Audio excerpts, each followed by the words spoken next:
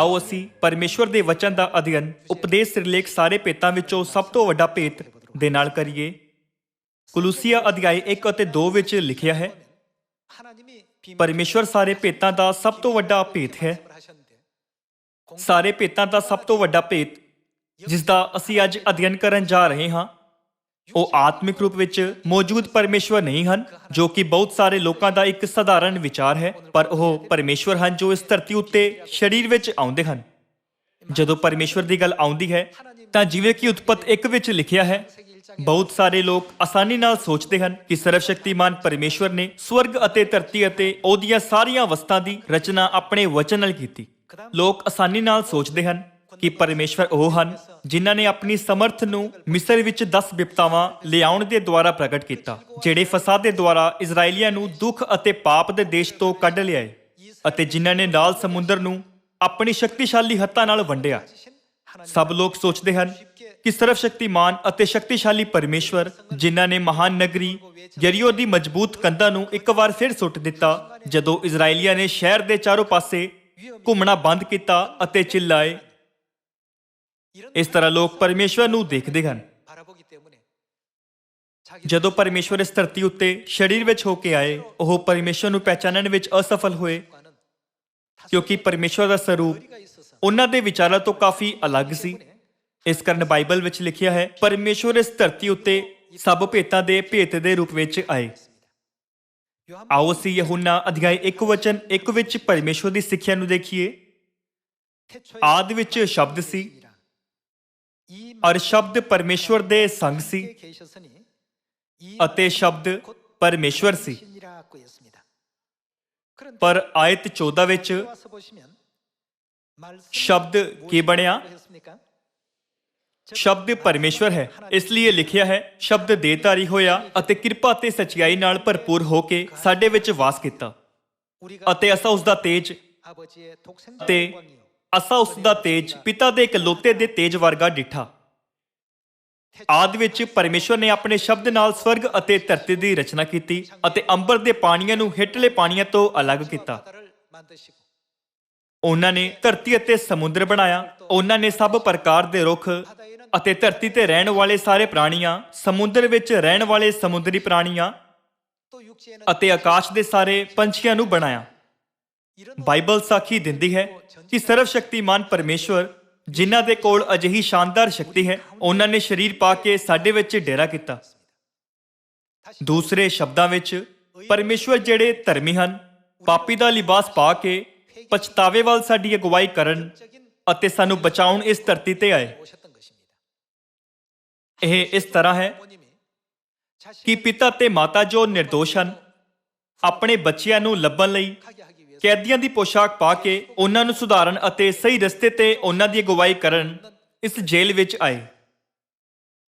ਜੇਲ੍ਹ ਵਿੱਚ ਉਹ ਆਪਣੇ ਸ਼ਾਨਦਾਰ ਲਿਬਾਸ ਨਹੀਂ ਪਾ ਸਕਦੇ ਜਿਸ ਨੂੰ ਉਹ ਪਾਇਆ ਕਰਦੇ ਸੀ, ਨਾ ਹੀ ਉਹ ਆਪਣੀ ਸ਼ਾਨਦਾਰ ਵਡਿਆਈ ਬਣਾਈ ਰੱਖ ਸਕਦੇ ਹਨ ਜੋ ਉਹਨਾਂ ਦੇ ਕੋਲ ਹੁੰਦੀ ਸੀ। ਉਸ ਸਥਿਤੀ ਨੂੰ ਬਾਈਬਲ ਆਤਮਿਕ ਤੌਰ ਤੇ ਕਿਵੇਂ ਵਰਣਨ ਕਰਦੀ ਹੈ? ਉਹ ਕਹਿੰਦੀ ਹੈ, ਪਰਮੇਸ਼ਵਰ ਸਵਰਗ ਦੂਤਾਂ ਤੋਂ ਵੀ ਨੀਚੇ ਕੀਤੇ ਗਏ, ਆਪਣੀ ਸਮਰਥ, ਅਧਿਕਾਰ, ਮਹਿਮਾ ਅਤੇ ਸਭ ਕੁਝ ਲੁਕਾ ਕੇ ਇਸ ਧਰਤੀ ਤੇ ਆਏ। ਇਸ ਬਾਰੇ ਆਓ ਅਸੀਂ ਇਬਰਾਨੀਆਂ ਅਧਿਆਇ 2 ਵਚਨ 6 ਵਿੱਚ ਪਰਮੇਸ਼ਵਰ ਦੀ ਸਿੱਖਿਆ ਦੇਖੀਏ। ਪਰ ਕਿਸੇ ਨੇ ਕਿਤੇ ਇਹ ਕਹਿ ਕੇ ਸਾਖੀ ਦਿੱਤੀ, ਇਨਸਾਨ ਕੀ ਹੈ ਜੋ ਤੂੰ ਉਹਨੂੰ ਚੇਤੇ ਵਿੱਚ ਲਿਆਵੇ, ਜਾਂ ਆਦਮੀ ਜਾਇਆ ਕੀ ਜੋ ਤੂੰ ਉਸ ਉੱਤੇ ਨਿਗਾਹ ਕਰੇ। ਤੈਂ ਉਹਨੂੰ ਪਰਮੇਸ਼ਵਰ ਕਿੰਨਾ ਤੋਂ ਥੋੜੇ ਚਿਰ ਲਈ ਘੱਟ ਕੀਤੇ ਗਏ, ਦੂਤਾਂ ਨਾਲੋਂ ਥੋੜੇ ਚਿਰ ਲਈ ਘੱਟ ਕੀਤਾ ਹੈ, ਅਤੇ ਮਹਿਮਾ ਅਰ ਆਦਰ ਦਾ ਮੁਕਟ ਉਹਦੇ ਸਿਰ ਉੱਤੇ ਰੱਖਿਆ ਹੈ। ਤੈਂ ਆਪਣੀ ਦਸਤਕਾਰੀ ਉੱਤੇ ਉਹਨੂੰ ਥਾਪਿਆ, ਤੈਂ ਸਭੋ ਕੁਝ ਉਹਦੇ ਪੈਰਾਂ ਹੇਠ ਅਧੀਨ ਕਰ ਦਿੱਤਾ ਹੈ। ਕਿਉਂਕਿ ਜਦੋਂ ਉਸਨੇ ਸਭੋ ਕੁਝ ਉਹਦੇ ਅਧੀਨ ਕਰ ਦਿੱਤਾ ਤਾਂ ਕੁਝ ਨਹੀਂ ਛੱਡਿਆ ਜੋ ਉਹਦੇ ਅਧੀਨ ਨਾ ਕੀਤਾ ਹੋਵੇ। ਪਰ ਅਜੇ ਤਿਕੁਰ ਅਸੀਂ ਸਭ ਕੁਝ ਉਹਦੇ ਅਧੀਨ ਕੀਤਾ ਹੋਇਆ ਨਹੀਂ ਵੇਖਦੇ। ਆਓ ਅਸੀਂ ਆਇਤ 9 ਨੂੰ ਦੇਖਣਾ ਜਾਰੀ ਰੱਖੀਏ। ਪਰ ਅਸੀਂ ਉਹਨੂੰ ਜਿਹੜਾ ਦੂਤਾਂ ਨਾਲੋਂ ਥੋੜੇ ਚਿਰ ਲਈ ਘੱਟ ਕੀਤਾ ਗਿਆ ਹੈ, ਅਰਥਾਤ ਯੀਸ਼ੂ ਨੂੰ ਮੌਤ ਦਾ ਦੁੱਖ ਝੱਲਣ ਦੇ ਕਾਰਨ ਪ੍ਰਤਾਪ ਅਤੇ ਮਾਣ ਦਾ ਮੁਕਟ ਰੱਖਿਆ ਹੋਇਆ ਵੇਖਦੇ ਹਾਂ, ਤਾਂ ਜੋ ਉਹ ਪਰਮੇਸ਼ਵਰ ਦੀ ਕਿਰਪਾ ਨਾਲ ਹਰੇਕ ਮਨੁੱਖ ਲਈ ਮੌਤ ਦਾ ਸਵਾਦ ਚੱਖੇ। ਕਿਉਂਕਿ ਪਰਮੇਸ਼ਵਰ ਨੇ ਖੁਦ ਦੁਖੀ ਜੀਵਨ ਦਾ ਅਹਿਸਾਸ ਕੀਤਾ, ਜਿਸ ਨੂੰ ਹੁਣ ਅਸੀਂ ਵੀ ਅਹਿਸਾਸ ਕਰ ਰਹੇ ਹਾਂ। ਅਤੇ ਉਹ ਜਾਣਦੇ ਹਨ ਕਿ ਮੌਤ ਕਿੰਨੀ ਦੁਖਦਾਈ ਅਤੇ ਦਰਦਨਾਕ ਹੈ। ਉਹ ਇਸ ਧਰਤੀ ਤੇ ਸਰੀਰ ਪਾ ਕੇ ਆਏ ਤਾਂ ਜੋ ਉਹ ਸਾਡੀ ਅਨੰਤ ਦੁਨੀਆ ਵਿੱਚ ਅਗਵਾਈ ਕਰ ਸਕਣ, ਜਿੱਥੇ ਕੋਈ ਮੌਤ ਨਹੀਂ ਹੈ। ਅਤੇ ਬਾਈਬਲ ਕਹਿੰਦੀ ਹੈ ਕਿ ਜਦੋਂ ਉਹ ਧਰਤੀ ਉੱਤੇ ਸੀ, ਉਹ ਸਵਰਗਦੂਤਾਂ ਤੋਂ ਵੀ ਨੀਚੇ ਕੀਤੇ ਗਏ ਸੀ। ਜਦੋਂ ਪਰਮੇਸ਼ਵਰ ਇਸ ਧਰਤੀ ਤੇ ਆਏ, ਉਹਨਾਂ ਨੇ ਸਵਰਗਦੂਤਾਂ ਤੋਂ ਵੀ ਨੀਚੇ ਕੀਤੇ ਜਾਣ ਨੂੰ ਚੁਣਿਆ। ਉਹਨਾਂ ਨੇ ਉਸ ਤਰ੍ਹਾਂ ਕਿਉਂ ਕੀਤਾ? ਉਹਨਾਂ ਨੇ ਉਸ ਤਰ੍ਹਾਂ ਸਾਡੇ ਪਾਪਾਂ ਦੇ ਕਾਰਨ ਅਤੇ ਸਾਡੀ ਮੁਕਤੀ ਲਈ ਕੀਤਾ। ਪਿਤਾ ਜੀ ਅਤੇ ਮਾਤਾ ਜੀ ਨੇ ਸਾਡੇ ਲਈ ਦੁੱਖ ਦੇ ਇਸ ਰਾਹ ਨੂੰ ਚੁਣਿਆ। ਪਿਤਾ ਜੀ ਨੇ ਅਜਿਹਾ ਜੀਵਨ ਬਤੀਤ ਕੀਤਾ ਅਤੇ ਮਾਤਾ ਜੀ ਅਜਿਹਾ ਜੀਵਨ ਬਤੀਤ ਕਰ ਰਹੇ ਹਨ। ਸਾਨੂੰ ਸੋਚਣਾ ਚਾਹੀਦਾ ਹੈ ਕਿ ਪਰਮੇਸ਼ਵਰ ਇੰਨੇ ਸਰਵ ਵਿਆਪਕ ਤੇ ਸਰਵ ਸ਼ਕਤੀਮਾਨ ਹਨ ਕਿ ਉਹਨਾਂ ਨੂੰ ਕਾਰ ਚਲਾਉਣ ਜਾਂ ਹਵਾਈ ਜਹਾਜ਼ ਵਿੱਚ ਉੱਡ ਕੇ ਕਿਤੇ ਜਾਣ ਦੀ ਜ਼ਰੂਰਤ ਨਹੀਂ। ਉਹ ਅਮਰੀਕਾ ਤੋਂ ਕੋਰੀਆ ਤੱਕ ਇੱਕ ਜੈੱਟ ਵਾਂਗੂ ਇੱਕ ਹੀ ਪਲ ਵਿੱਚ ਉਡਾਣ ਭਰ ਸਕਦੇ ਹਨ। ਜੇਕਰ ਸਰਵ ਸ਼ਕਤੀਮਾਨ ਪਰਮੇਸ਼ਵਰ ਨੇ ਸਾਡੇ ਪਾਪਾਂ ਕਰਕੇ ਸਰੀਰ ਨਾ ਪਾਇਆ ਹੁੰਦਾ, ਤਾਂ ਜਿਵੇਂ ਕਿ ਬਾਈਬਲ ਵਿੱਚ ਲਿਖਿਆ ਹੈ ਕਿ ਉਹ ਨਾ ਸਿਰਫ ਧਰਤੀ ਤੇ ਪਰ ਵਿਸ਼ਾਲ ਬ੍ਰਹਿਮੰਡ ਵਿੱਚ ਵੀ ਪਰਿਪੂਰਨ ਨਹੀਂ ਹਨ। ਹਾਲਾਂਕਿ ਪਰਮੇਸ਼ਵਰ ਨੇ ਖੁਦ ਸਾਡੇ ਵਾਂਗ ਦੁਖੀ ਜੀਵਨ ਜਿਉਣ ਦਾ ਅਨੁਭਵ ਕੀਤਾ। ਜਦੋਂ ਉਹ ਪਿਆਸੇ ਸੀ, ਉਹਨਾਂ ਨੂੰ ਪਾਣੀ ਲੱਭਣਾ ਪਿਆ, ਅਤੇ ਜਦੋਂ ਉਹਨਾਂ ਨੂੰ ਭੁੱਖ ਲੱਗੀ, ਉਹਨਾਂ ਨੂੰ ਖਾਣਾ ਲੱਭਣਾ ਪਿਆ। ਜਦੋਂ ਗਰਮੀ ਲੱਗੀ, ਤਦ ਉਹਨਾਂ ਨੇ ਇੱਕ ਠੰਡੀ ਜਗ੍ਹਾ ਦੀ ਤਲਾਸ਼ ਕੀਤੀ। ਪਰਮੇਸ਼ਵਰ ਨੇ ਆਪ ਹੀ ਸਭ ਕੁਝ ਦਾ ਅਨੁਭਵ ਕੀਤਾ ਜੋ ਅਸੀਂ ਮਨੁੱਖ ਜਾਤੀ ਸਰੀਰ ਵਿੱਚ ਕਰਦੇ ਹਾਂ, ਅਤੇ ਉਹਨਾਂ ਨੇ ਮੌਤ ਦਾ ਵੀ ਅਨੁਭਵ ਕੀਤਾ ਜਿਸ ਦਾ ਸਾਨੂੰ ਮਨੁੱਖ ਜਾਤੀ ਨੂੰ ਅਨੁਭਵ ਕਰਨਾ ਹੈ। ਇਹ ਸਭ ਕੁਝ ਬਾਈਬਲ ਵਿੱਚ ਲਿਖਿਆ ਹੈ। ਜਦੋਂ ਪਰਮੇਸ਼ਵਰ ਇਸ ਧਰਤੀ ਉੱਤੇ ਸਵਰਗਦੂਤਾਂ ਤੋਂ ਵੀ ਨੀਚੇ ਹੋ ਕੇ ਸਰੀਰ ਪਾ ਕੇ ਆਉਂਦੇ ਹਨ, ਫਿਰ ਅਸੀਂ ਉਹਨਾਂ ਨੂੰ ਕਿਵੇਂ ਪਛਾਣ ਸਕਦੇ ਅਤੇ ਸਵੀਕਾਰ ਕਰ ਸਕਦੇ ਹਾਂ? ਸਾਰੇ ਲੋਕੋ, ਪੱਛਮੀ ਦੇਸ਼ਾਂ ਵਿੱਚ ਇੱਕ ਕਹਾਵਤ ਹੈ ਕਿ ਵੇਖਣਾ ਹੀ ਵਿਸ਼ਵਾਸ ਕਰਨਾ ਹੈ। ਹਾਲਾਂਕਿ ਸਾਨੂੰ ਇਹ ਨਹੀਂ ਸੋਚਣਾ ਚਾਹੀਦਾ ਕਿ ਅਸੀਂ ਜੋ ਦੇਖਦੇ ਹਾਂ ਉਹੀ ਮੌਜੂਦ ਹੈ। ਵਿਗਿਆਨੀਆਂ ਦੇ ਅਨੁਸਾਰ ਬੁਨਿਆਦੀ ਕਣਾਂ ਦੀ ਦੁਨੀਆ ਵਿੱਚ ਅਤੇ ਮੁੱਢਲੇ ਕਣਾਂ ਦੀ ਦੁਨੀਆ ਵਿੱਚ, ਜੋ ਸਾਡੀਆਂ ਅੱਖਾਂ ਨਹੀਂ ਦੇਖ ਸਕਦੀਆਂ, ਅਣਗਿਣਤ ਸੂਖਮ ਜੀਵ ਹਨ। ਉਹ ਕਹਿੰਦੇ ਹਨ ਕਿ ਇਹਨਾਂ ਚੀਜ਼ਾਂ ਨੂੰ ਨੰਗੀਆਂ ਅੱਖਾਂ ਨਾਲ ਵੇਖਣਾ ਅਸੰਭਵ ਹੈ। ਫਿਰ ਉਹਨਾਂ ਨੂੰ ਦੇਖਣ ਲਈ ਅਸੀਂ ਕਿਹੜੀ ਚੀਜ਼ ਦੀ ਵਰਤੋਂ ਕਰਦੇ ਹਾਂ? ਅਸੀਂ ਮਾਈਕਰੋਸਕੋਪ ਦੀ ਵਰਤੋਂ ਕਰਦੇ ਹਾਂ। ਇਸ ਤਰ੍ਹਾਂ ਅਸੀਂ ਤਾਰਿਆਂ ਦੀ ਦੁਨੀਆ ਨੂੰ ਨਹੀਂ ਦੇਖ ਸਕਦੇ ਜੋ ਸਾਡੇ ਤੋਂ ਬਹੁਤ ਦੂਰ ਹੈ। ਨਾ ਹੀ ਅਸੀਂ ਬਿਨਾਂ ਦੂਰਬੀਨ ਦੇ ਸ਼ੁੱਕਰ ਨੂੰ ਦੇਖ ਸਕਦੇ ਹਾਂ ਕਿ ਉਹ ਕਿਵੇਂ ਦਾ ਦਿਸਦਾ ਹੈ, ਅਤੇ ਨਾ ਹੀ ਮੰਗਲ ਨੂੰ। ਇਸ ਦੇ ਨਾਲ ਹਬਲ ਸਪੇਸ ਟੈਲੀਸਕੋਪ ਨਾਲ ਅਸੀਂ ਪਹਿਲਾਂ ਦੀ ਤੁਲਨਾ ਵਿੱਚ ਬਹੁਤ ਜ਼ਿਆਦਾ ਸ਼ੁੱਧਤਾ ਨਾਲ ਪੱਕੇ ਤੌਰ ਤੇ ਉਹਨਾਂ ਤਾਰਾ ਮੰਡਲ ਨੂੰ ਦੇਖ ਸਕਦੇ ਹਾਂ ਜੋ ਅਰਬਾਂ ਪ੍ਰਕਾਸ਼ ਸਾਲ ਦੂਰ ਹਨ, ਜਦ ਕਿ ਪਰਮੇਸ਼ਵਰ ਦੀ ਨਜ਼ਰ ਵਿੱਚ ਇਹ ਇੱਕ ਸੂਖਮ ਬਿੰਦੂ ਵਾਂਗ ਹੈ। ਪਰਮੇਸ਼ਵਰ ਅਜਿਹੇ ਵਿਸ਼ਾਲ ਬ੍ਰਹਿਮੰਡ ਵਿੱਚ ਨਿਵਾਸ ਕਰਦੇ ਹਨ, ਪਰ ਉਹ ਜਿਨ੍ਹਾਂ ਨੇ ਪਰਮੇਸ਼ਵਰ ਨੂੰ ਸਵਰਗਦੂਤਾਂ ਤੋਂ ਵੀ ਨੀਚੇ ਕਰਕੇ ਇਸ ਧਰਤੀ ਤੱਕ ਆਉਣ ਦਿੱਤਾ, ਅਸੀਂ ਉਹਨਾਂ ਦੀ ਸੰਤਾਨ ਹਾਂ। ਸਾਨੂੰ ਇਹ ਕਦੇ ਨਹੀਂ ਭੁੱਲਣਾ ਚਾਹੀਦਾ ਕਿ ਸਾਡੇ ਪਾਪਾਂ ਕਰਕੇ ਅਤੇ ਸਾਡੀ ਮੁਕਤੀ ਲਈ ਪਿਤਾ ਜੀ ਅਤੇ ਮਾਤਾ ਜੀ ਨੇ ਇਸ ਰਾਹ ਨੂੰ ਚੁਣਿਆ ਅਤੇ ਇਸ ਧਰਤੀ ਤੇ ਆਏ, ਸਵਰਗਦੂਤਾਂ ਤੋਂ ਵੀ ਨੀਚੇ ਕੀਤੇ ਗਏ। ਜਦੋਂ ਪਰਮੇਸ਼ਵਰ ਸਰੀਰ ਵਿੱਚ ਆਉਂਦੇ ਹਨ, ਉਦੋਂ ਅਸੀਂ ਉਹਨਾਂ ਨੂੰ ਕਿਵੇਂ ਸਵੀਕਾਰ ਕਰ ਸਕਦੇ ਹਾਂ? ਅਸੀਂ ਇਸ ਤਰ੍ਹਾਂ ਸੋਚ ਸਕਦੇ ਹਾਂ ਕਿ ਜਦੋਂ ਅਸੀਂ ਕੁਝ ਬੁਰਾ ਕਰਦੇ ਹਾਂ, ਤਦ ਪਰਮੇਸ਼ਵਰ ਤੁਰੰਤ ਸਾਡਾ ਨਿਆਂ ਕਰਨਗੇ, ਸਾਡੀ ਤਾੜਨਾ ਕਰਨਗੇ, ਸਾਨੂੰ ਦੰਡ ਦੇਣਗੇ ਜਾਂ ਸਾਨੂੰ ਉਸੇ ਘੜੀ ਸਜ਼ਾ ਦੇਣਗੇ। ਸਾਡੇ ਵਿਚਾਰਾਂ ਤੋਂ ਉਲਟ ਜਦੋਂ ਯਿਸੂ 2000 ਸਾਲ ਪਹਿਲਾਂ ਇਸ ਧਰਤੀ ਤੇ ਆਏ, ਉਸ ਸਮੇਂ ਉਹਨਾਂ ਲੋਕਾਂ ਪ੍ਰਤੀ ਉਹਨਾਂ ਦਾ ਰਵੱਈਆ ਕੀ ਸੀ ਜਿਨ੍ਹਾਂ ਨੇ ਉਹਨਾਂ ਦਾ ਤਿਰਸਕਾਰ ਕੀਤਾ, ਮਜ਼ਾਕ ਉਡਾਇਆ, ਕੋੜੇ ਮਾਰੇ ਅਤੇ ਸਲੀਬ ਤੇ ਚੜਾਇਆ। ਉਹਨਾਂ ਨੇ ਉਹਨਾਂ ਲੋਕਾਂ ਨੂੰ ਇਹ ਕਹਿੰਦੇ ਹੋਏ ਭਵਿੱਖਬਾਣੀ ਦੀ ਪੂਰਤੀ ਦੇ ਰੂਪ ਵਿੱਚ ਦੇਖਿਆ। ਬਾਈਬਲ ਦੀਆਂ ਭਵਿੱਖਬਾਣੀਆਂ ਭਈ ਅਜਿਹਾ ਹੋਣਾ ਜ਼ਰੂਰ ਹੈ ਕਿ ਕੁਰ ਪੂਰੀਆਂ ਹੋਣਗੀਆਂ। ਜੇਕਰ ਉਹ ਮੇਰੇ ਨਾਲ ਅਜਿਹਾ ਸਲੂਕ ਨਾ ਕਰਨ ਤਾਂ ਕਿ ਬਾਈਬਲ ਦੀ ਭਵਿੱਖਬਾਣੀ ਨੂੰ ਝੂਠ ਨਹੀਂ ਮੰਨਿਆ ਜਾਵੇਗਾ। ਜਦੋਂ ਯਿਸੂ ਸਵਰਗਦੂਤਾਂ ਤੋਂ ਵੀ ਨੀਚੇ ਕੀਤੇ ਗਏ ਅਤੇ ਇਸ ਧਰਤੀ ਉੱਤੇ ਆਏ, ਫਿਰ ਕਿੰਨੇ ਲੋਕਾਂ ਨੇ ਉਹਨਾਂ ਨੂੰ ਸੱਚੇ ਪਰਮੇਸ਼ਵਰ ਦੇ ਰੂਪ ਵਿੱਚ ਸਵੀਕਾਰ ਕੀਤਾ? ਇਸ ਦੇ ਬਜਾਏ ਬਹੁਤ ਸਾਰੇ ਲੋਕਾਂ ਨੇ ਉਹਨਾਂ ਦਾ ਮਜ਼ਾਕ ਉਡਾਇਆ, ਉਹਨਾਂ ਦੀ ਨਿੰਦਾ ਕੀਤੀ ਅਤੇ ਉਹਨਾਂ ਨੂੰ ਅਸਵੀਕਾਰ ਕੀਤਾ। ਉਹਨਾਂ ਦੁਆਰਾ ਰੱਦ ਕੀਤੇ ਜਾਣ ਦੇ ਬਾਵਜੂਦ ਵੀ ਅਸੀਂ ਪਰਮੇਸ਼ਵਰ ਦੀ ਕਿਰਪਾ ਨੂੰ ਦੇਖ ਸਕਦੇ ਹਾਂ, ਜਿਨ੍ਹਾਂ ਨੇ ਹਰੇਕ ਆਤਮਾ ਨੂੰ ਇੱਕ-ਇੱਕ ਕਰਕੇ ਸਿਖਾਇਆ ਅਤੇ ਉਹਨਾਂ ਨੂੰ ਆਪਣੇ ਸ਼ਬਦਾਂ ਦੁਆਰਾ ਪ੍ਰਕਾਸ਼ਮਾਨ ਕਰਨ ਲਈ ਜਗਾਇਆ। ਪਰਮੇਸ਼ਵਰ ਦੀ ਕਿਰਪਾ ਇਸ ਯੁੱਗ ਵਿੱਚ ਵੀ ਕੰਮ ਕਰਦੀ ਹੈ।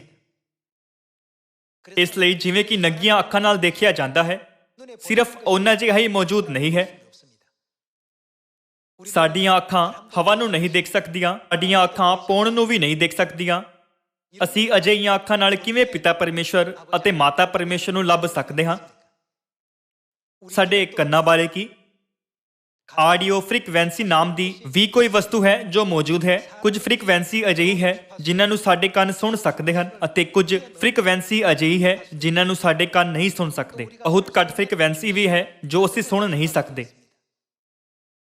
ਅਜਿਹੀਆਂ ਆਵਾਜ਼ਾਂ ਮੌਜੂਦ ਹਨ, ਫਿਰ ਵੀ ਸਾਡੇ ਕੰਨ ਉਹਨਾਂ ਨੂੰ ਨਹੀਂ ਸੁਣ ਪਾਉਂਦੇ।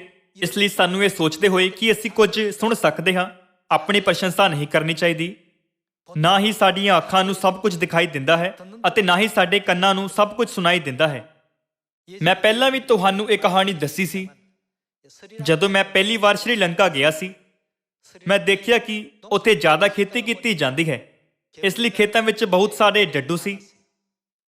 ਇੱਕ ਵਾਰ ਬਹੁਤ ਤੇਜ਼ ਮੀਂਹ ਪਿਆ ਤੇ ਫਿਰ ਧੁੱਪ ਨਿਕਲੀ। ਮੌਸਮ ਬਹੁਤ ਤੇਜ਼ੀ ਨਾਲ ਬਦਲਦਾ ਸੀ, ਇਸ ਲਈ ਉੱਥੇ ਡੱਡੂ ਟਰ ਟਰ ਕਰਕੇ ਬਹੁਤ ਆਵਾਜ਼ ਕਰਦੇ ਸੀ। ਇਸ ਲਈ ਮੈਂ ਉੱਥੇ ਦੇ ਮੂਲ ਮੈਂਬਰ ਨੂੰ, ਜਿਹੜਾ ਮੇਰੀ ਅਗਵਾਈ ਕਰ ਰਿਹਾ ਸੀ, ਪੁੱਛਿਆ, ਉਹ ਤੁਹਾਨੂੰ ਕਿਵੇਂ ਸੁਣਾਈ ਦਿੰਦਾ ਹੈ? ਮੈਂ ਉਹਨਾਂ ਨੂੰ ਕਿਹਾ, ਕੋਰੀਆ ਵਿੱਚ ਡੱਡੂ ਦੀ ਆਵਾਜ਼ ਗੈਗੁਲ ਗੈਗੁਲ ਸੁਣਾਈ ਦਿੰਦੀ ਹੈ। ਉਹ ਇਹ ਕਹਿੰਦੇ ਹੋਏ ਜ਼ੋਰ ਨਾਲ ਹੱਸਣ ਲੱਗਾ। ਉਹ ਤੁਹਾਨੂੰ ਗੈਗੁਲ ਗੈਗੁਲ ਵਰਗੀ ਆਵਾਜ਼ ਕਿਵੇਂ ਸੁਣਾਈ ਦੇ ਸਕਦੀ ਹੈ? ਇਹ ਤੁਰੰਗ ਤੁਰੰਗ ਵਰਗੀ ਸੁਣਾਈ ਦਿੰਦੀ ਹੈ। ਮੇਰੇ ਕੰਨਾਂ ਲਈ ਇਹ ਯਕੀਨੀ ਤੌਰ ਤੇ ਗੈਗੁਲ ਗੈਗੁਲ ਵਰਗੀ ਹੀ ਸੁਣਾਈ ਦਿੰਦੀ ਹੈ। ਮੈਨੂੰ ਨਹੀਂ ਲੱਗਦਾ ਕਿ ਸ਼੍ਰੀਲੰਕਾ ਵਿੱਚ ਡੱਡੂਆਂ ਦੀ ਆਪਣੀ ਭਾਸ਼ਾ ਹੈ। ਹੋ ਸਕਦਾ ਹੈ ਕਿ ਮੈਂ ਗਲਤ ਸੁਣਿਆ, ਪਰ ਪੱਕਾ ਹੀ ਇਹ ਸ਼੍ਰੀਲੰਕਾ ਦੀ ਭਾਸ਼ਾ ਤਾਂ ਨਹੀਂ ਸੀ ਜੋ ਡੱਡੂ ਬੋਲ ਰਹੇ ਸੀ। ਇਸ ਲਈ ਮੈਂ ਆਪਣੇ ਸੋਚਣ ਦਾ ਤਰੀਕਾ ਬਦਲਿਆ। ਮੈਂ ਵਿਸ਼ਵਾਸ ਕਰਦੇ ਹੋਏ ਕਿ ਉਹਨਾਂ ਦੀ ਆਵਾਜ਼ ਤੁਰੰਗ ਤੁਰੰਗ ਵਰਗੀ ਹੈ, ਉਹਨਾਂ ਨੂੰ ਸੁਣਨਾ ਜਾਰੀ ਰੱਖਿਆ, ਪਰ ਮੈਨੂੰ ਉਹਨਾਂ ਦੀ ਆਵਾਜ਼ ਉਸ ਤਰ੍ਹਾਂ ਦੀ ਨਹੀਂ ਲੱਗੀ। ਅਚਾਨਕ ਮੈਨੂੰ ਇੱਕ ਅਜਿਹੇ ਵਿਅਕਤੀ ਦੇ ਰੂਪ ਵਿੱਚ ਦੇਖਿਆ ਗਿਆ ਜਿਹੜਾ ਡੱਡੂਆਂ ਦੇ ਰੋਣ ਦੀ ਆਵਾਜ਼ ਦਾ ਅਜੀਬ ਢੰਗ ਨਾਲ ਵਰਣਨ ਕਰਦਾ ਹੈ। ਸਾਡੇ ਕੰਨ ਵੀ ਅਜਿਹੇ ਹੀ ਹਨ। ਸਾਡੇ ਕੰਨ ਇੱਕ ਹੀ ਆਵਾਜ਼ ਨੂੰ ਠੀਕ ਤਰ੍ਹਾਂ ਸਮਝ ਨਹੀਂ ਪਾਉਂਦੇ। ਅਸੀਂ ਆਵਾਜ਼ਾਂ ਨੂੰ, ਜਿਵੇਂ ਡੱਡੂਆਂ ਦੇ ਰੋਣ ਦੀ ਆਵਾਜ਼ ਨੂੰ ਵੀ ਉਸ ਤਰ੍ਹਾਂ ਹੀ ਸੁਣਦੇ ਹਾਂ ਜਿਵੇਂ ਕਿ ਸਾਨੂੰ ਆਪਣੇ ਪੁਰਖਿਆਂ ਦੇ ਸਮੇਂ ਤੋਂ ਸਿਖਾਇਆ ਗਿਆ ਹੈ। ਇਨ੍ਹਾਂ ਸਾਰੇ ਕਾਰਨਾਂ ਕਰਕੇ ਅਸੀਂ ਜੋ ਵੀ ਸਾਡੀਆਂ ਅੱਖਾਂ ਨਾਲ ਦੇਖਦੇ ਹਾਂ ਅਤੇ ਜੋ ਵੀ ਸਾਡੇ ਕੰਨ ਸੁਣਦੇ ਹਨ, ਉਹਨਾਂ ਤੇ ਵਿਸ਼ਵਾਸ ਨਹੀਂ ਕਰ ਸਕਦੇ। ਫਿਰ ਅਸੀਂ ਕਿਵੇਂ ਪਿਤਾ ਪਰਮੇਸ਼ਵਰ ਅਤੇ ਮਾਤਾ ਪਰਮੇਸ਼ਵਰ ਨੂੰ ਮਿਲ ਸਕਦੇ ਹਾਂ ਅਤੇ ਉਹਨਾਂ ਨੂੰ ਸਵੀਕਾਰ ਕਰ ਸਕਦੇ ਹਾਂ, ਜੋ ਸਾਰੇ ਭੇਤਾਂ ਦਾ ਭੇਤ ਦੇ ਰੂਪ ਵਿੱਚ ਇਸ ਧਰਤੀ ਤੇ ਸਰੀਰ ਵਿੱਚ ਹੋ ਕੇ ਆਏ? ਸਾਨੂੰ ਉਹਨਾਂ ਨੂੰ ਪਹਿਚਾਨਣ ਲਈ ਕੀ ਕਰਨਾ ਚਾਹੀਦਾ ਹੈ? ਕੁੱਕੜ ਦਾ ਬਾਗਣਾ ਅਤੇ ਕੁੱਤੇ ਦਾ ਭੌਂਕਣਾ, ਇਹ ਸਭ ਆਵਾਜ਼ਾਂ ਅਫਰੀਕਾ ਦੇ ਲੋਕਾਂ ਨੂੰ, ਅਮਰੀਕਾ ਦੇ ਲੋਕਾਂ ਨੂੰ, ਸ਼੍ਰੀਲੰਕਾ ਦੇ ਲੋਕਾਂ ਨੂੰ ਅਤੇ ਕੋਰੀਆ ਦੇ ਲੋਕਾਂ ਨੂੰ ਵੱਖਰੇ ਢੰਗ ਨਾਲ ਸੁਣਾਈ ਦਿੰਦੀਆਂ ਹਨ। ਇਨ੍ਹਾਂ ਜੀਵਾਂ ਦੀਆਂ ਆਵਾਜ਼ਾਂ ਨੂੰ ਵੱਖਰੇ ਵੱਖਰੇ ਤਰੀਕੇ ਨਾਲ ਵਰਣਨ ਕੀਤਾ ਗਿਆ ਹੈ।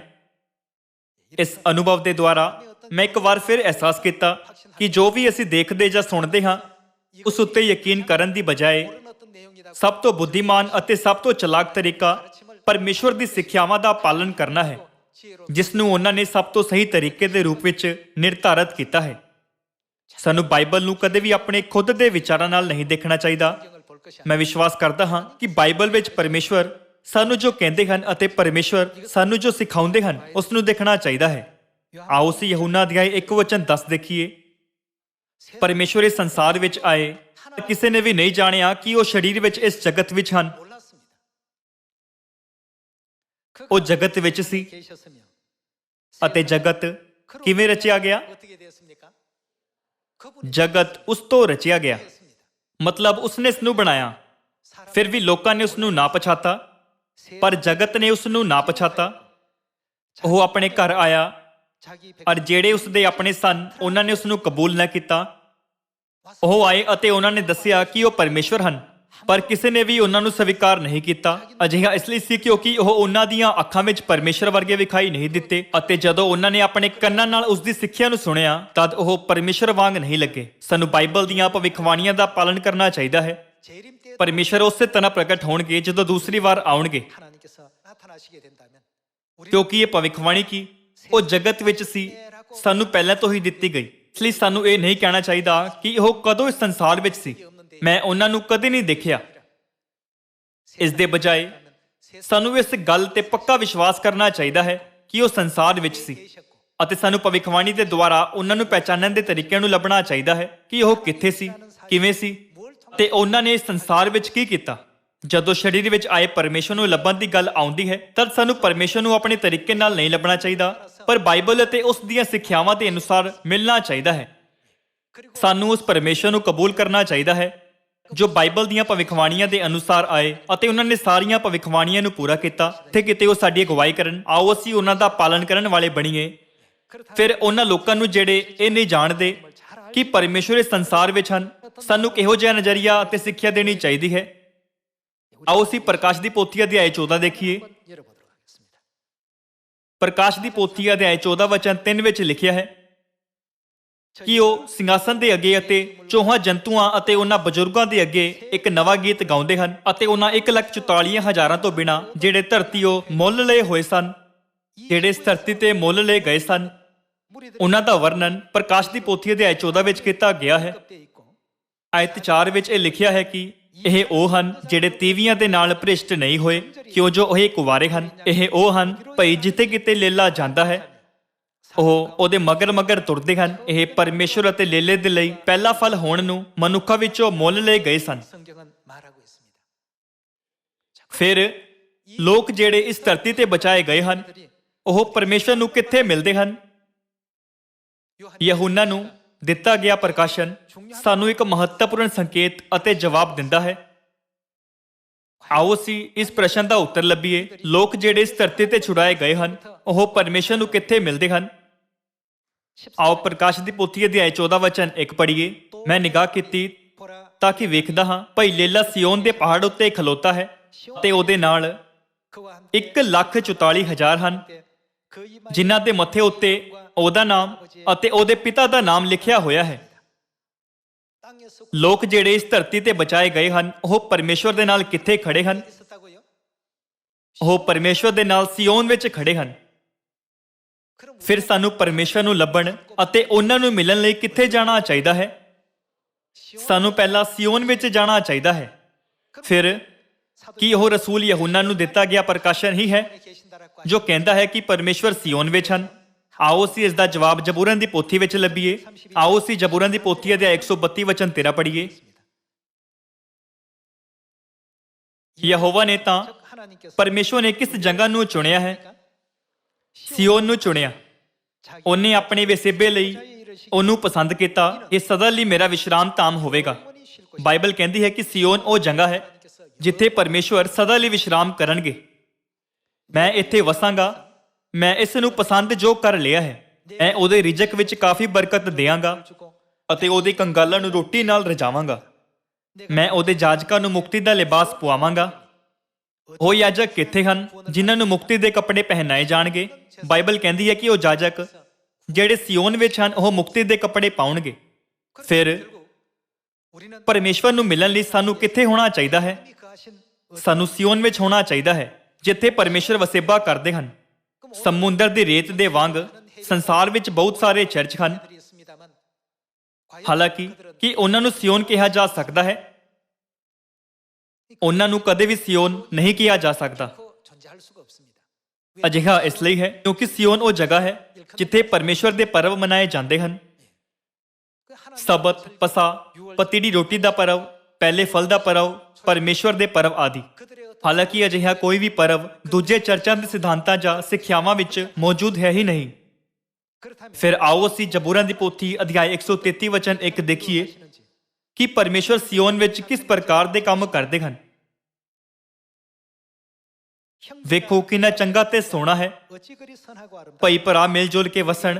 ਇਹ ਉਸ ਖਾਲਸ ਤੇਲ ਦੀ ਨਿਆਈ ਹੈ ਜਿਹੜਾ ਸਿਰ ਉੱਤੇ ਚੋਹ ਕੇ ਦਾੜੀ ਉੱਤੇ ਅਰਥਾਤ ਹਾਰੂਨ ਦੀ ਦਾੜੀ ਉੱਤੇ ਉਤਰਿਆ ਅਤੇ ਉਸ ਦੀ ਪੋਸ਼ਾਕ ਦੀ ਕੋਰ ਤੱਕ ਪੁੱਜਿਆ। ਹਰਮੋਨ ਦੀ ਤੇਲ ਦੀ ਨਿਆਈ ਜੋ ਸਿਯੋਨ ਦੇ ਪਹਾੜ ਉੱਤੇ ਚੋਂਦੀ ਹੈ। ਤਾਂ ਹੀ ਉੱਥੇ ਯਹੋਵਾ ਨੇ ਯਾਨੀ ਸਿਯੋਨ ਵਿੱਚ ਕਿਹੜਾ ਹੁਕਮ ਦਿੱਤਾ ਹੈ? ਸਦੀਪਕ ਜੀਵਨ ਦਾ ਹੁਕਮ ਦਿੱਤਾ ਹੈ।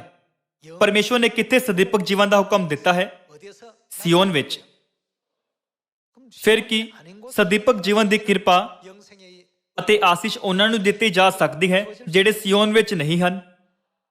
ਇਸ ਕਾਰਨ ਬਾਈਬਲ ਗਵਾਹੀ ਦਿੰਦੀ ਹੈ ਕਿ ਜੋ ਧਰਤੀ ਤੇ ਛੁਡਾਏ ਗਏ ਹਨ ਉਹ ਸਭ ਸਿਯੋਨ ਵਿੱਚ ਲੇਲੇ ਯਾਨੀ ਦੂਸਰੀ ਵਾਰ ਆਉਣ ਵਾਲੇ ਮਸੀਹ ਦੇ ਨਾਲ ਖੜੇ ਹਨ।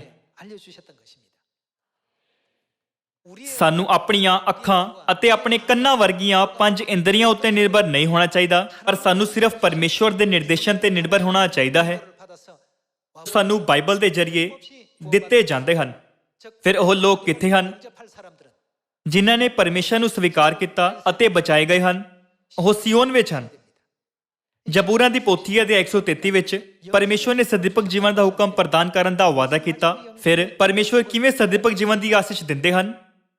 ਆਓ ਅਸੀਂ ਯਹੂਨਾ ਅਧਿਆਇ 6 ਵਚਨ 53 ਦੇਖੀਏ ਕਿ ਪਰਮੇਸ਼ਵਰ ਕਿਵੇਂ ਸਦੀਪਕ ਜੀਵਨ ਦਿੰਦੇ ਹਨ ਅਤੇ ਉਹ ਨੇਮ ਕੀ ਹੈ ਜਿਸ ਦੇ ਦੁਆਰਾ ਪਰਮੇਸ਼ਵਰ ਸਾਨੂੰ ਸਦੀਪਕ ਜੀਵਨ ਦਿੰਦੇ ਹਨ। ਤਦ ਯੀਸ਼ੂ ਨੇ ਉਹਨਾਂ ਨੂੰ ਆਖਿਆ, ਮੈਂ ਤੁਹਾਨੂੰ ਸੱਚ-ਸੱਚ ਆਖਦਾ ਹਾਂ, ਜੇ ਤੁਸੀਂ ਮਨੁੱਖ ਦੇ ਪੁੱਤਰ ਦਾ ਮਾਂਸ ਨਾ ਖਾਓ ਅਤੇ ਉਹਦਾ ਲਹੂ ਨਾ ਪੀਓ ਤਾਂ ਤੁਹਾਡੇ ਵਿੱਚ ਜੀਵਨ ਨਹੀਂ ਹੈ। ਜੋ ਕੋਈ ਮੇਰਾ ਮਾਂਸ ਯੀਸ਼ੂ ਦਾ ਮਾਂਸ ਹੈ ਖਾਂਦਾ ਅਤੇ ਮੇਰਾ ਲਹੂ ਯੀਸ਼ੂ ਦਾ ਲਹੂ ਹੈ ਪੀਂਦਾ ਹੈ, ਕੀ ਉਸੇ ਦਾ ਹੈ? ਸਦੀਪਕ ਜੀਵਨ ਉਸੇ ਦਾ ਹੈ। ਪਰਮੇਸ਼ਵਰ ਕਿੱਥੇ ਸਦੀਪਕ ਜੀਵਨ ਦੀ ਆਸੀਸ਼ ਦਿੰਦੇ ਹਨ? ਸਿਯੋਨ ਵਿੱਚ। ਅਸੀਂ ਕਿਵੇਂ ਯੀਸ਼ੂ ਦੀ ਸਿੱਖਿਆ ਦੇ ਅਨੁਸਾਰ ਸਿਯੋਨ ਵਿੱਚ ਉਹਨਾਂ ਦਾ ਮਾਂਸ ਖਾ ਸਕਦੇ ਹਾਂ ਅਤੇ ਉਹਨਾਂ ਦਾ ਲਹੂ ਪੀ ਸਕਦੇ ਹਾਂ? ਕੀ ਉਹਨਾਂ ਨੇ ਸਾਨੂੰ ਇਹ ਨਹੀਂ ਸਿਖਾਇਆ ਕਿ ਅਸੀਂ ਫਸਾ ਮਨਾਉਣ ਦੇ ਦੁਆਰਾ ਉਹਨਾਂ ਦਾ ਮਾਂਸ ਖਾ ਸਕਦੇ ਹਾਂ ਅਤੇ ਉਹਨਾਂ ਦਾ ਲਹੂ ਪੀ ਸਕਦੇ ਹਾਂ? ਆਓ ਅਸੀਂ ਮੱਤੀ ਅਧਿਆਇ 26 ਵਚਨ 17 ਵਿੱਚ ਇਸ ਦੀ ਪੁਸ਼ਟੀ ਕਰੀਏ। ਪੱਤੀ ਦੀ ਰੋਟੀ ਦੇ ਤਿਉਹਾਰ ਦੇ ਪਹਿਲੇ ਦਿਨ ਚੇਲਿਆਂ ਨੇ ਯੀਸ਼ੂ ਕੋਲ ਆਣ ਕੇ ਆਖਿਆ, ਤੂੰ ਕਿੱਥੇ ਚਾਹੁੰਦਾ ਹੈ ਜੋ ਅਸੀਂ ਤੇਰੇ ਖਾਣ ਲਈ ਫਸਾ ਤਿਆਰ ਕਰੀਏ? ਆਓ ਅਸੀਂ ਆਇਤ 18 ਨਾਲ ਜਾਰੀ ਰਹੀਏ। ਤਾਂ ਉਹਨੇ ਕਿਹਾ, ਸ਼ਹਿਰ ਵਿੱਚ ਫਲਾਣੇ ਕੋਲ ਜਾ ਕੇ ਉਹਨੂੰ ਕਹੋ, ਭਾਈ ਗੁਰੂ ਆਖਦਾ ਹੈ, ਮੇਰਾ ਵੇਲਾ ਨੇੜੇ ਆ ਗਿਆ, ਮੈਂ ਆਪਣੇ ਚੇਲਿਆਂ ਨਾਲ ਤੇਰੇ ਘਰ ਪਸਾਹ ਦਾ ਤਿਉਹਾਰ ਕਰਾਂਗਾ।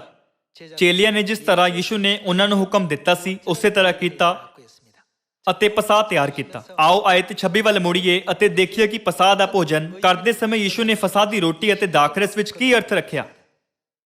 ਜਦ ਉਹ ਖਾ ਰਹੇ ਸਨ ਤਦ ਯੀਸ਼ੂ ਨੇ ਰੋਟੀ ਲਈ ਅਤੇ ਬਰਕਤ ਦੇ ਕੇ ਤੋੜੀ ਔਰ ਚੇਲਿਆਂ ਨੂੰ ਦੇ ਕੇ ਆਖਿਆ, ਲੋ ਖਾਓ, ਇਹ ਮੇਰਾ ਸਰੀਰ ਹੈ।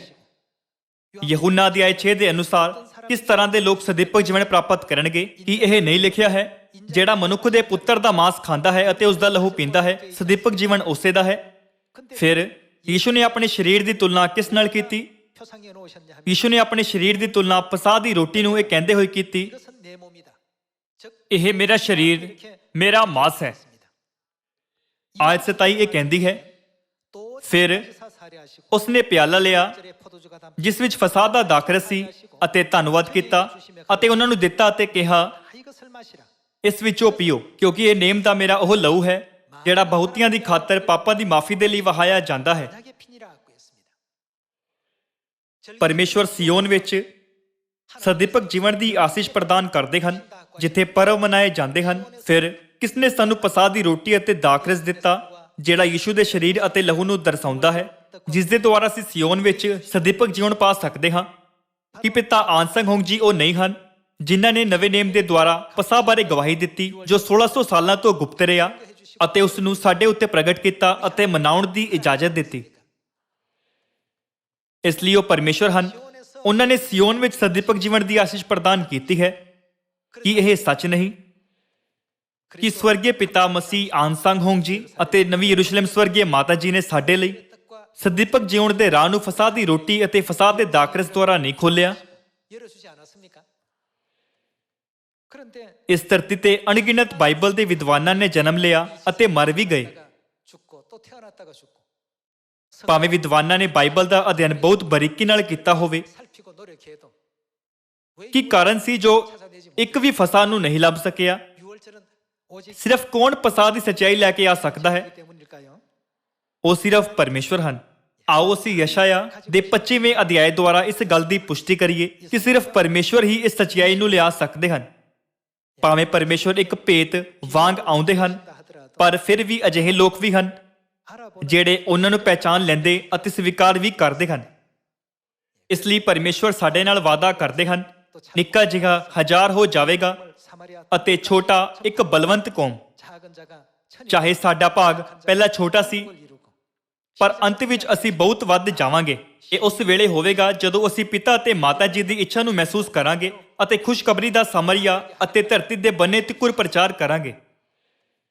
ਭਾਵੇਂ ਤੁਸੀਂ ਪਹਿਲਾਂ ਤੋਂ ਹੀ ਜਾਣਦੇ ਹੋ ਕਿ ਯਸ਼ਾਇਆ ਅਧਿਆਇ 25 ਵਚਨ 6 ਵਿੱਚ ਕੀ ਲਿਖਿਆ ਗਿਆ ਹੈ। ਆਓ ਅੱਜ ਇਸ ਨੂੰ ਦੁਬਾਰਾ ਦੇਖੀਏ। ਆਓ ਅਸੀਂ ਯਸ਼ਾਇਆ ਅਧਿਆਇ 25 ਵਚਨ 6 ਨੂੰ ਪੜ੍ਹੀਏ। ਇਸੇ ਪਹਾੜ ਤੇ ਸੈਨਾ ਦਾ ਯਹੋਵਾ ਸਾਰਿਆਂ ਲੋਕਾਂ ਲਈ ਮੋਟੀਆਂ ਵਸਤਾਂ ਦਾ ਦਾਊਦ ਕਰੇਗਾ, ਪੁਰਾਣੀਆਂ ਮੱਦਾਂ ਦੀ ਦਾਊਦ, ਗੁੱਦਾਂ ਸਣੇ ਮੋਟੀਆਂ ਵਸਤਾਂ, ਛਾਣੀਆਂ ਹੋਈਆਂ ਪੁਰਾਣੀਆਂ ਮੱਦਾਂ। ਅਤੇ ਇਸ ਪਹਾੜ ਤੇ ਉਸ ਪਰਦੇ ਨੂੰ ਚੱਫ ਲਵੇਗਾ, ਉਸ ਪਰਦੇ ਨੂੰ ਜਿਹੜਾ ਸਾਰਿਆਂ ਲੋਕਾਂ ਦੇ ਉੱਤੇ ਹੈ, ਨਾਲੇ ਉਸ ਕੰਜਣ ਨੂੰ ਜਿਹੜਾ ਸਾਰਿਆਂ ਕੌਮਾਂ ਉੱਤੇ ਲਟਕਦਾ ਹੈ। ਉਹ ਮੌਤ ਨੂੰ ਸਦਾ ਲਈ ਚੱਫ ਲਵੇਗਾ। ਉਹ ਮੌਤ ਨੂੰ ਸਦਾ ਲਈ ਚੱਫ ਲਵੇਗਾ ਦਾ ਮਤਲਬ ਹੈ ਕਿ ਉਹ ਸਾਨੂੰ ਸਦੀਪਕ ਜੀਵਨ ਦੇਣਗੇ। ਉਹ ਸਾਨੂੰ ਕਿਵੇਂ ਸਦੀਪਕ ਜੀਵਨ ਦੇਣਗੇ? ਪੁਰਾਣੀ ਮੱਦ ਨਾਲ। ਅਤੇ ਪ੍ਰਭੂ ਯਹੋਵਾ ਸਾਰਿਆਂ ਮੂੰਹਾਂ ਤੋਂ ਹੰਝੂ ਪੁੰਜ ਸੁੱਟੇਗਾ ਅਤੇ ਆਪਣੀ ਪ੍ਰਜਾ ਦੀ ਬਦਨਾਮੀ ਨੂੰ ਸਾਰੀ ਧਰਤੀ ਦੇ ਉੱਤੋਂ ਦੂਰ ਕਰ ਦੇਵੇਗਾ, ਕਿਉਂਕਿ ਇਹ ਯਹੋਵਾ ਦਾ ਬੋਲ ਹੈ। ਉਸ ਦਿਨ ਆਖਿਆ ਜਾਵੇਗਾ, ਵੇਖੋ ਇਹ ਸਾਡਾ ਕੌਣ ਹੈ? ਪਰਮੇਸ਼ਵਰ ਹੈ। ਅਸੀਂ ਉਹਨੂੰ ਉਡੀਕਦੇ ਸਾਂ ਅਤੇ ਉਹ ਸਾਨੂੰ ਬਚਾਵੇਗਾ। ਇਹ ਯਹੋਵਾ ਹੈ। ਅਸੀਂ ਉਹਨੂੰ ਉਡੀਕਦੇ ਸਾਂ। ਅਸੀਂ ਉਹਦੀ ਮੁਕਤੀ ਵਿੱਚ ਖੁਸ਼ੀ ਮਨਾਈਏ ਅਤੇ ਆਨੰਦ ਕਰੀਏ। ਜ਼ਬੂਰਾਂ ਦੀ ਪੋਥੀ ਦੇ ਲੇਖਕ ਅਨੁਸਾਰ ਪਰਮੇਸ਼ਵਰ ਸਦੀਪਕ ਜੀਵਨ ਦੀ ਆਸੀਸ਼ ਕਿੱਥੇ ਦੇਣਗੇ? ਸਿਯੋਨ ਵਿੱਚ। ਪਰਮੇਸ਼ਵਰ ਸਦੀਪਕ ਜੀਵਨ ਦੀ ਆਸੀਸ਼ ਕਿਵੇਂ ਦਿੰਦੇ ਹਨ? ਪਸਾਹ ਦੀ ਰੋਟੀ ਅਤੇ ਦਾਖਰਸ ਦੇ ਦੁਆਰਾ। ਯਸ਼ਾਇਆ ਨਬੀ ਨੇ ਗਵਾਹੀ ਦਿੱਤੀ ਕਿ ਉਹ ਜਿਹੜੇ ਸਾਰੀਆਂ ਭਵਿੱਖਬਾਣੀਆਂ ਨੂੰ ਪੂਰਾ ਕਰਦੇ ਹਨ, ਉਹ ਸਾਡੇ ਪਰਮੇਸ਼ਵਰ ਹਨ। ਇਸ ਲਈ ਸਾਨੂੰ ਉਹਨਾਂ ਨੂੰ ਸਵੀਕਾਰ ਕਰਨਾ ਚਾਹੀਦਾ ਹੈ। ਬਾਈਬਲ ਕਹਿੰਦੀ ਹੈ ਕਿ ਜਦੋਂ ਤੱਕ ਪਰਮੇਸ਼ਵਰ ਮਿਲ ਸਕਦੇ ਹਨ, ਉਦੋਂ ਤੱਕ ਉਹਨਾਂ ਨੂੰ ਲੱਭੋ। ਜਦੋਂ ਤੱਕ ਉਹ ਨੇੜੇ ਹੈ, ਉਹਨਾਂ ਨੂੰ ਪੁਕਾਰੋ। ਫਿਰ ਕੌਣ ਪ੍ਰਗਟ ਹੋਇਆ ਅਤੇ ਇਸ ਭਵਿੱਖਬਾਣੀ ਨੂੰ ਪੂਰਾ ਕੀਤਾ? ਸਿਯੋਨ ਵਿੱਚ ਪਿਤਾ ਆਨਸੰਗ ਹੋਂਗ ਜੀ ਨੇ ਨਵੇਂ ਨੇਮ ਦੇ ਪਸਾਹ ਦੀ ਸੱਚਾਈ ਜਿਹੜੀ ਗਾਇਬ ਹੋ ਗਈ ਸੀ, ਫਿਰ ਤੋਂ ਸਥਾਪਿਤ ਕੀਤੀ। ਉਹਨਾਂ ਨੇ ਆਪਣੀ ਸੰਤਾਨਾਂ ਨੂੰ ਪੁਰਾਣੀ ਮੱਦ ਦੇ ਦੁਆਰਾ ਸਦੀਪਕ ਜੀਵਨ ਦਿੱਤਾ। ਭਾਵੇਂ ਉਸ ਧਰਤੀ ਤੇ ਸਰੀਰ ਵਿੱਚ ਆਏ। ਉਹ ਕੌਣ ਹਨ? ਉਹ ਸਾਡੇ ਪਰਮੇਸ਼ਵਰ ਹਨ। ਇਹ ਲਿਖਿਆ ਹੈ, ਅਸੀਂ ਉਸ ਨੂੰ ਉਡੀਕਦੇ ਸਾਂ ਕਿ ਉਹ ਸਾਨੂੰ ਬਚਾਵੇ। ਮਸੀਹ ਆਨਸੰਗ ਹੋਂਗ ਜੀ ਦੇ ਇਲਾਵਾ ਕੀ ਕੋਈ ਹੋਰ ਦੂਸਰੀ ਵਾਰ ਆਉਣ ਵਾਲਾ ਮਸੀਹ ਹੈ ਜੋ ਮਾਨਵ ਜਾਤੀ ਨੂੰ ਬਚਾਉਣ ਲਈ ਇਸ ਧਰਤੀ ਤੇ ਆਵੇਗਾ? ਨਹੀਂ। ਇਸ ਲਈ ਸਾਨੂੰ ਪਰਮੇਸ਼ਵਰ ਦੀ ਸੰਤਾਨ ਇਸਤਰੀ ਤੇ ਉਸ ਦੀ ਬਾਕੀ ਸੰਤਾਨ ਬਣਨਾ ਚਾਹੀਦਾ ਹੈ, ਜਿਹੜੀ ਪਰਮੇਸ਼ਵਰ ਨੂੰ ਸਹੀ ਤਰੀਕੇ ਨਾਲ ਜਾਣਦੀ ਹੈ ਅਤੇ ਉਹਨਾਂ ਦੀਆਂ ਸਿੱਖਿਆਵਾਂ ਨੂੰ ਪ੍ਰਾਪਤ ਕਰਕੇ ਅਤੇ ਉਹਨਾਂ ਦਾ ਪੂਰੀ ਤਰ੍ਹਾਂ ਪਾਲਨ ਕਰਕੇ ਜਿੱਥੇ ਕਿਤੇ ਵੀ ਉਹ ਸਾਨੂੰ ਲੈ ਜਾਂਦੇ ਹਨ, ਉਹਨਾਂ ਦਾ ਪਾਲਨ ਕਰਦੀ ਹੈ। ਮੈਂ ਇੱਕ ਵਾਰ ਫਿਰ ਤੋਂ ਸਵਰਗੀ ਪਿਤਾ ਜੀ ਅਤੇ ਸਵਰਗੀ ਮਾਤਾ ਜੀ ਨੂੰ ਉਹਨਾਂ ਨੂੰ ਪਹਿਚਾਨਣ ਦੀ ਆਗਿਆ ਦੇਣ ਲਈ, ਸਿਯੋਨ ਵਿੱਚ ਅਗਵਾਈ ਕਰਨ ਲਈ ਅਤੇ ਮੁਕਤੀ ਦੇਣ ਦੀ ਕਿਰਪਾ ਲਈ ਧੰਨਵਾਦ ਦਿੰਦਾ ਹਾਂ। ਇਹ ਆਸ ਕਰਦੇ ਹੋਏ ਕਿ ਤੁਸੀਂ ਜ਼ਿਆਦਾ ਕਿਰਪਾ ਪਾਈ ਹੋਵੇਗੀ, ਮੈਂ ਅੱਜ ਦੇ ਉਪਦੇਸ਼ ਨੂੰ ਸਮਾਪਤ ਕਰਨਾ ਚਾਹਾਂਗਾ। ਤੁਹਾਡਾ ਬਹੁਤ ਬਹੁਤ ਧੰਨਵਾਦ।